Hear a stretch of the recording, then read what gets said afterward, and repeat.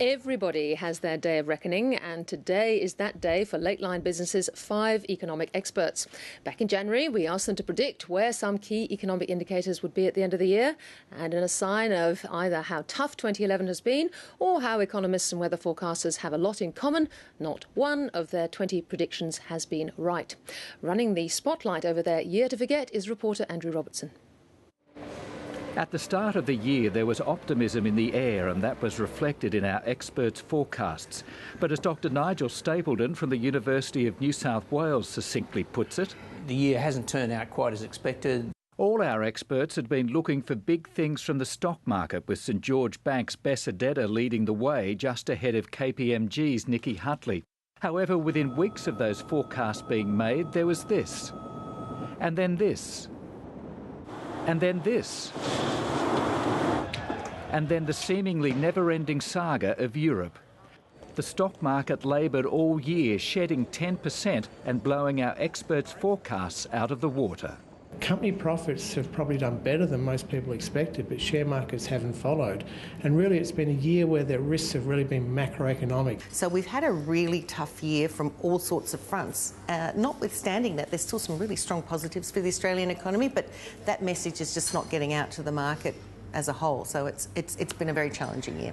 Our experts found the going just as tough with their interest rate predictions. Their early year optimism had them all predicting rate rises of at least 0.5 percentage point, something the Reserve Bank itself might have envisaged till about June. But softening global and domestic economic conditions took their toll, and on Melbourne Cup Day, the big winners were home buyers as interest rates were cut. We had the floods in Queensland and Victoria, and that meant the growth in the first half of the year was also a bit disappointing for the Australian economy, and it has been a little bit sluggish. The dollar brought more joy for our experts, and as it dropped below parity with the greenback in November, it looked as though Perpetual's Matthew Sherwood, St George Bank's Bessedetta or the University of New South Wales' Nigel Stapledon would be right. However, yet another surge in what's been a volatile year took all our experts out of the money. The fundamentals underpinning the Aussie dollar remain the same, and that is attractive interest rates in Australia, a firm underlying economy in Australia, attractive ratings for our sovereign debt rating, as well as we have a stable financial and banking system. When it came to unemployment, none of our experts was expecting it to rise this year. Russell Investments' Andrew Pease was the closest to getting it right, predicting no change. KPMG's Nikki Hutley at the other end tipping a big drop to 4%. In reality, unemployment went up to 5.2%. The mining sector is a distinct positive, but I suppose underestimated the negatives in the non-mining sector, which are under pressure from that high dollar and interest rates and the like.